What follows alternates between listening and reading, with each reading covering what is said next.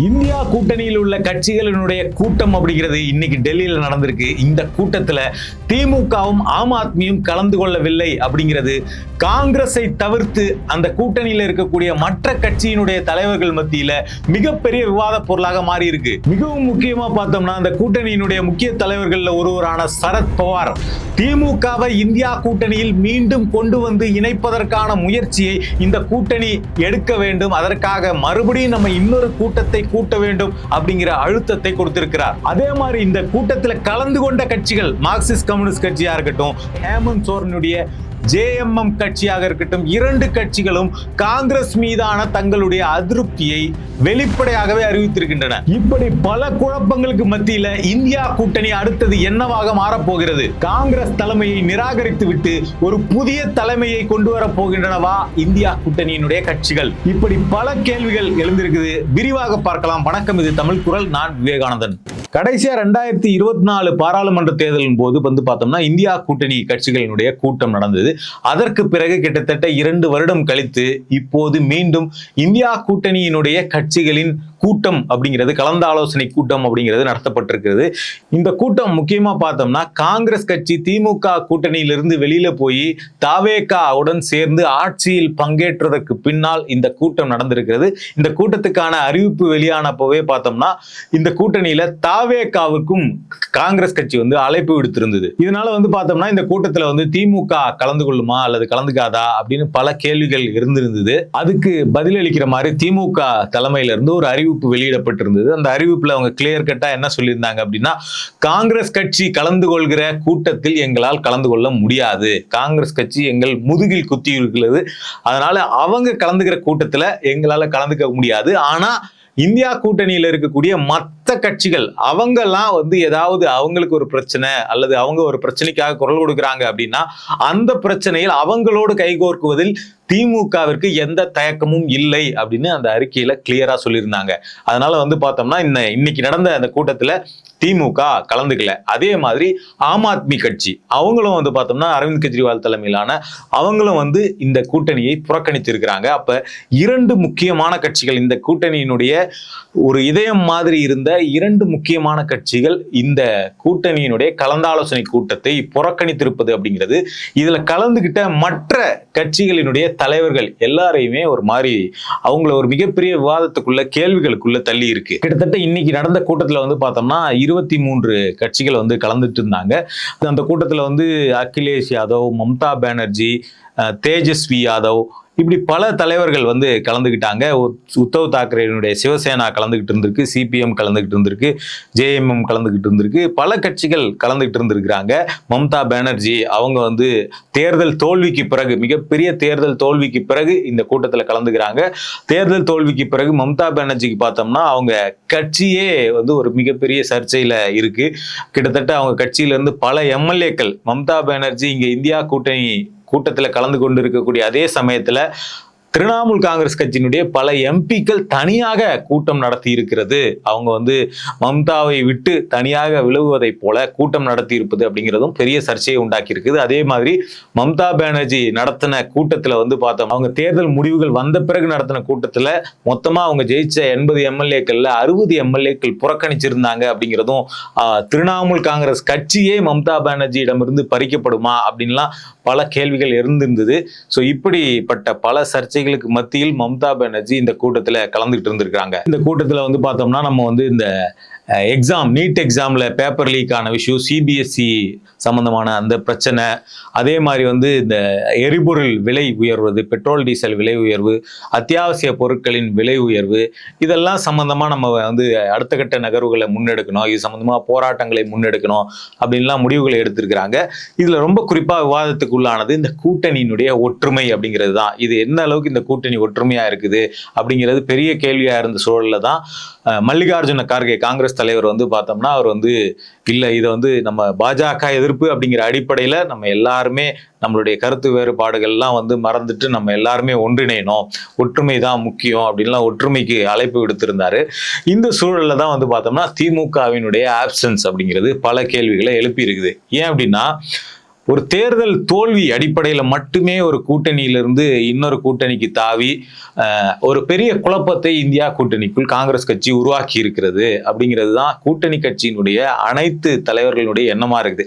அதை அவங்க வெளிப்படுத்தல அல்லது இந்த கூட்டத்தை புறக்கணிக்கல அப்படின்னாலுமே அந்த கேள்வி அப்படிங்கிறது அவங்க தொடர்ச்சியா வெவ்வேறு விதமான வடிவங்கள்ல எழுப்பிக்கிட்டு இருக்காங்க. அதுல சரத்பவார் முக்கியமா திமுகவை நம்ம உள்ள இணைக்கணும், அதாவது கருத்து வேறுபாடு கொண்டு கூட்டத்தில் கலந்து கொள்ளாமல் இருக்கிறவங்கள உள்ள இணைக்கிறதுக்கான முயற்சியை நம்ம எடுக்கணும். அதுக்காக தனியாக ஒரு கூட்டத்தை நம்ம போடணும், நம்ம டிஃபரன்சஸை மீறி இந்த கூட்டணியை ஒருங்கிணைக்கணும் அப்படிங்கிற அழுத்தத்தை சரத்பவார் கொடுத்திருக்கிறார். ஏன் திமுகவினுடைய ஆப்ஷன்ஸ் ஒரு பெரிய அதிர்ச்சியா அவங்களுக்கு எல்லாம் இருக்குது அப்படின்னா, இந்திய அளவுல பாஜக எதிர்ப்புல மிக முக்கியமான ஃப்ரண்ட்ல நிக்கிறதா திமுகவை இந்தியாவில் இருக்கக்கூடிய அனைத்து மாநில கட்சிகளும் பார்த்தாங்க. பாஜக எதிர்ப்பு அப்படின்னாலே அதுல முதலில் ஞாபகம் வருவது அப்படிங்கிறது ஸ்டாலினுடைய பெயராக இருந்தது. ஏன்னா டீலிமிட்டேஷனா இருக்கலாம், அல்லது ஒன் நேஷன் ஒன் எலெக்ஷனா இருக்கலாம், அல்லது எஸ்ஐஆர் எதிர்ப்பா இருக்கலாம், அல்லது மோடி அரசால் கொண்டு வரப்படுகிற அந்த மும்மொழி கொள்கையா இருக்கலாம், நேஷனல் எஜுகேஷன் பாலிசியா இருக்கலாம். இப்படி எந்த மோடி அரசின் திட்டங்களையும் ஷார்ப்பா நின்று தீவிரமா எதிர்த்த ஒரு தலைவராக ஸ்டாலினும் கட்சியாக திமுகவும் இருந்திருக்கிறது அப்படிங்கிறத அவங்க எல்லாருமே பார்த்துட்டு வந்த சூழல்ல தமிழ்நாட்டில் திமுக இந்த தேர்தல் தோல்வி ஒரு காரணத்தை காட்டி காங்கிரஸ் கட்சி அவங்கள விட்டு வெளியில போய் அவங்களுக்கு எதிராக நிற்பது அப்படிங்கிறது பல தலைவர்கள் அதை விரும்பல. மிக குறிப்பா பார்த்தோம்னா அந்த கூட்டணியில இருக்கக்கூடிய மற்ற தலைவர்களுடன் ஆலோசனை பண்ணாமலே பார்த்தோம்னா காங்கிரஸ் கட்சி தன்னிச்சையா டிவிகேக்கு இந்தியா கூட்டணிக்கு அழைப்பு விடுத்திருப்பது அப்படிங்கிறதும் ஒரு சர்ச்சையா மாறி இருக்கு. ஸோ எப்பவும் போல காங்கிரஸ் ஒரு தன்னிச்சையான முடிவுகளை எடுத்துவிட்டு அதை மற்ற கட்சிகளின் மீது திணிக்கிறதோ அப்படிங்கிற பார்வை அப்படிங்கிறது பல தலைவர்கள் இடத்துல வர ஆரம்பிச்சிருக்குது.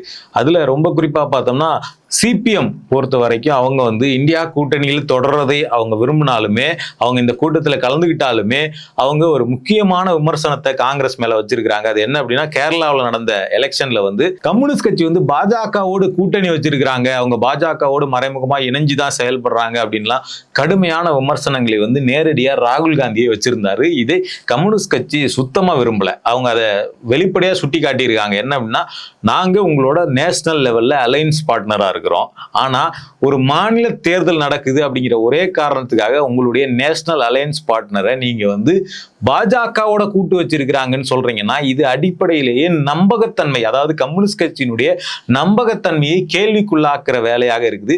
இந்த செயலை கம்யூனிஸ்ட் கட்சி ஒருபோதும் ஏற்றுக்கொள்ளாது அப்படிங்கிற மாதிரியான ஒரு தீவிரமான விமர்சனத்தை வச்சிருக்கிறாங்க. அதே மாதிரி ஜார்க்கண்டை பொறுத்த வரைக்கும் ஜேஎம்எம் கட்சி, ஹேமந்த் சோரன் அவருடைய கட்சி ஆளுங்கட்சியா இருக்குது.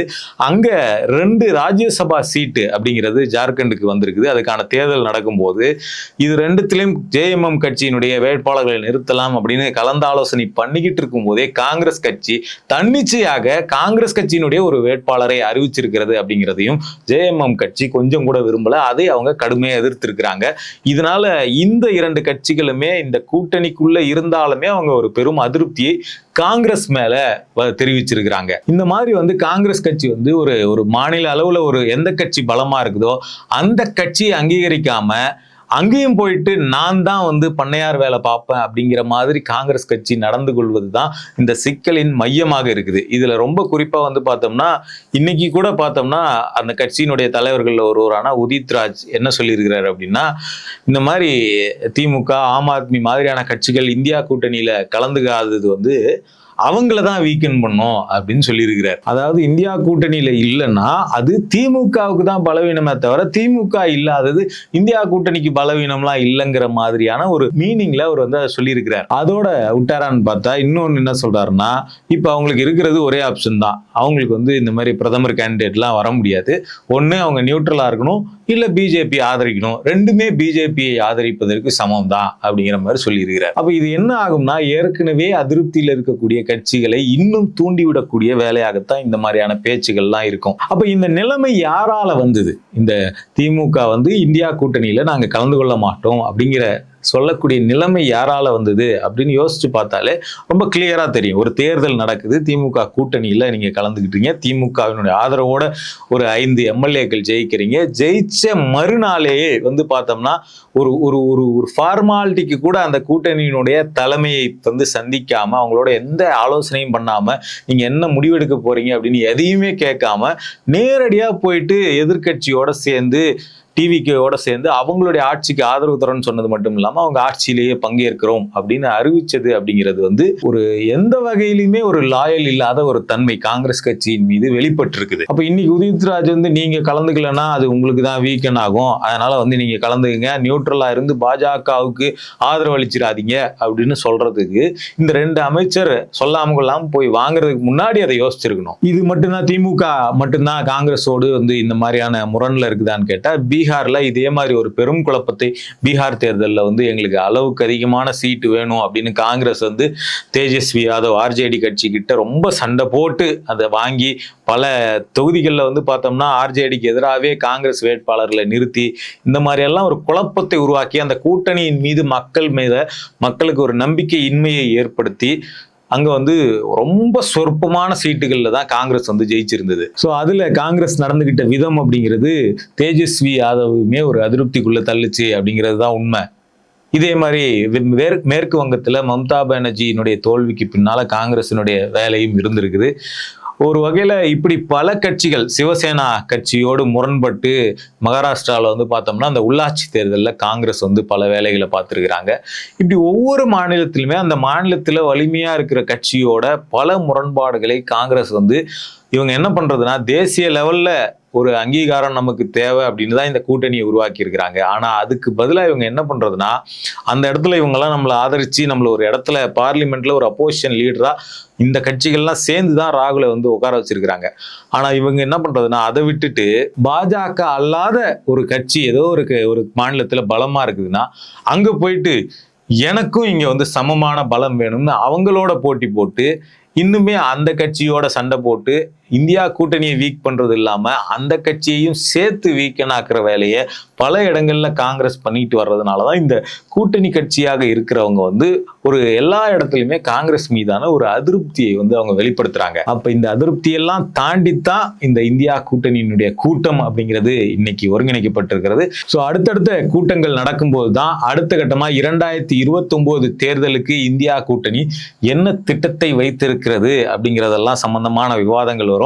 அந்த நேரத்துல தான் இந்த கூட்டணியினுடைய தலைமையாக காங்கிரஸ் கட்சி இனியும் தொடருமா தொடரக்கூடாதா தொடரலாமா வேண்டாமா அப்படிங்கிற விவாதம் அப்படிங்கிறது வரும். அந்த சமயத்துல இந்தியா கூட்டணியினுடைய கட்சிகள் என்ன முடிவை எடுக்க போகிறார்கள் அப்படிங்கிறது தான் ரொம்ப முக்கியமானது. ஏன் அப்படின்னா திமுக இந்தியா கூட்டணியினுடைய ஒரு இணைப்பு பாலம் மாதிரி இருந்தது. எல்லா மாநில கட்சிகளையும் இணைக்கிற ஒரு முக்கியமான புள்ளியாக திமுக இருந்தது. பாஜக எதிர்ப்பினுடைய ஒரு பெரும் உணர்வாக திமுக இந்தியா கூட்டணியில இருந்தது. இன்னைக்கு அது வெளியேற்றப்பட்டு அந்த இடத்துல டிவிகே இன்செர்ட் பண்றது அப்படிங்கிறது டிஎம்கேவுக்கு இருக்கிற பாஜக எதிர்ப்பினுடைய கிரெடிபிலிட்டி அப்படிங்கிறது டிவிகேவுக்கு இந்த கட்சிகளிடம் இருக்குமா அப்படிங்கிறது மிகப்பெரிய கேள்விக்குறி. அப்படி ஒன்று இருக்கிறதுக்கான வாய்ப்பு கிடையாது. ஏன்னா டிவிகே இன்னைக்கு வரைக்கும் பாஜக எதிர்ப்பு அப்படிங்கிறத எந்த இடத்துலையுமே ஒரு வீரியமான தன்மையோட முன்னிறுத்தவே கிடையாது. அப்ப டிவிகே அப்படிங்கிறது இந்தியா கூட்டணியினுடைய ஒரு பார்ட்னராக இருக்க முடியுமே தவிர அது திமுகவை போன்ற ஒரு நம்பிக்கையான பார்ட்னராக இந்த மாநில கட்சிகளுக்கு இருக்க முடியுமான்னு கேட்டா இருக்க முடியாது அப்படிங்கிறது தான் அதனுடைய பதில். அப்ப டிவிகேவை முன்னிறுத்துகிற காங்கிரஸை அல்லது பல மாநிலங்கள்ல பிரச்சனையை உருவாக்குற காங்கிரஸை இனிமேலும் இந்தியா கூட்டணியின் தலைமையாக அல்லது முக்கியமான ஒரு முடிவுகளை எடுக்கக்கூடிய இடத்துல காங்கிரஸ் கட்சியை இந்த கட்சிகள் வச்சிருக்குமா அல்லது வைத்திருப்பதை ஏற்பாங்களா அப்படிங்கிற பல கேள்விகள் எழுந்திருக்குது. இதே மாதிரி திமுகவும் கூட வந்து பார்த்தோம்னா இனிமேலும் வந்து அவங்களுக்கும் இந்த 2029 ஒரு கூட்டணி அப்படிங்கிறது தேசிய அளவுல தேவைப்படும். அப்ப திமுக என்ன முயற்சியை எடுப்பாங்க அப்படின்னு பார்த்தோம்னா திமுக மாதிரியான மாநில உரிமை பேசக்கூடிய அல்லது மாநில உரிமை சார்ந்து குரல் கொடுக்கக்கூடிய மாநில கட்சிகளை ஒருங்கிணைக்கிற முயற்சிகளை திமுக எடுப்பதற்கான அத்தனை வாய்ப்புகளும் அவங்க முன்னாடி இருக்குது. ஏன் அப்படின்னா வந்து இன்னைக்கு வந்து ஒரு தேசிய கட்சியாக இந்தியா கூட்டணியில காங்கிரஸ் இருந்துகிட்டு தான் வந்து மாநில உரிமை பேசக்கூடிய பல விஷயங்களை இந்தியா கூட்டணியால வெளிப்படையா பேச முடியாம இருக்குது. அப்ப நீட் எதிர்ப்பு அப்படிங்கிறத, நீட்டை ரத்து செய்வோம் அப்படிங்கிறத இந்தியா கூட்டணியினால வெளிப்படையாக அறிவிக்க முடியாததன் காரணம் என்னன்னா, அது ஒரு காங்கிரஸும் ஒரு தேசிய கட்சியாக இருக்குது. அப்ப இந்த டிமாண்டுக்கு அது தடையாக இருக்குது. மும்மொழி கொள்கை எதிர்ப்பு அப்படிங்கிறத இந்தியா கூட்டணியினால வெளிப்படையா வலியுறுத்த முடியாததுக்கு பின்னால காங்கிரஸ் ஒரு தேசிய கட்சியாக இருக்கிறது அப்படிங்கிறது இந்த விஷயம்லாம் இருக்குது.